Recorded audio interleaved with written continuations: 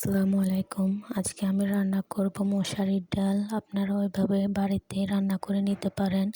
প্রথমে এখানে আমি ডালগুলো ধুয়ে পরিষ্কার করে নেব, তারপর পানি দিয়ে পরিমাণ মতো চুলায় ধরিয়ে দেব। এখানে আমি এখন কিছু দিব না, পরিমাণ মতো পানি দিয়ে এখানে আমি ঢাকনা দিয়ে দিব 10 মিনিটের জন্য।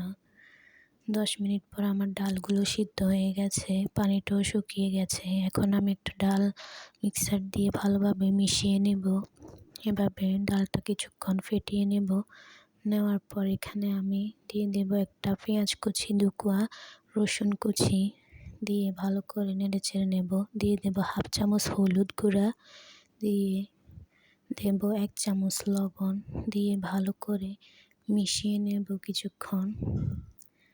কিছুক্ষণ মেশানোর পর এভাবে আমি চুলার উপরে 2 মিনিট নাড়াচাড়া করে মিশিয়ে নেব, রান্না করে নেব যাতে হলুদের কাঁচা গন্ধটা চলে যায়। ভালো করে মিশিয়ে এখানে আমি দিয়ে দেব পরিমাণ মতো পানি। আপনারা আপনাদের অনুযায়ী লবণ মরিচ দিবেন, হলুদ দিবেন, পানিও আপনারা আপনাদের অনুযায়ী দিবেন।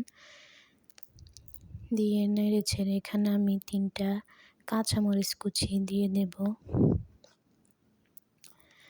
কাঁচামরিচ দিয়ে ভালোভাবে নেড়ে আমি ঢাকনা দিয়ে দেব।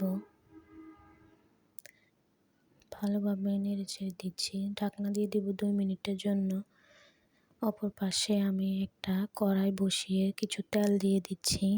তেলটা গরম হওয়ার পর আমি একটা রসুন কুচি দিয়ে দিচ্ছি, দিয়ে ভালোভাবে কিছুক্ষণ ব্রাউন কালার করে নেব।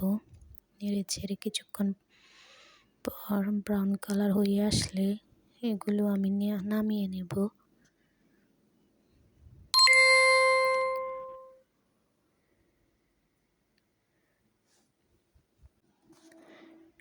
এভাবে নাড়াচাড়া করার পর নামিয়ে নেব। তারপর আমি ডালের ঢাকনাটা উঠিয়ে দিয়ে দেব রসুন কুচি করে রাখা তেলে ভাজা রসুনগুলা। দেখতে পাচ্ছেন এই রসুন কুচিগুলা দিয়ে দেব হালকা ঠান্ডা হওয়ার পর, দিয়ে ঢাকনা দিয়ে দেব। ঢাকনা দেওয়ার পর সামান্য পরিমাণ পানি দিয়ে দেব। এভাবে আবারও 2 মিনিটের জন্য আমি ঢাকনাটা দিয়ে দেব।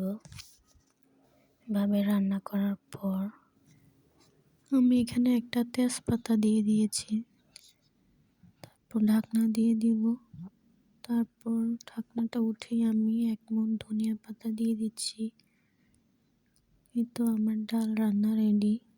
আপনারা চাইলে সহজে এইভাবে ডাল রান্না করে নিতে পারেন, খুব সহজে।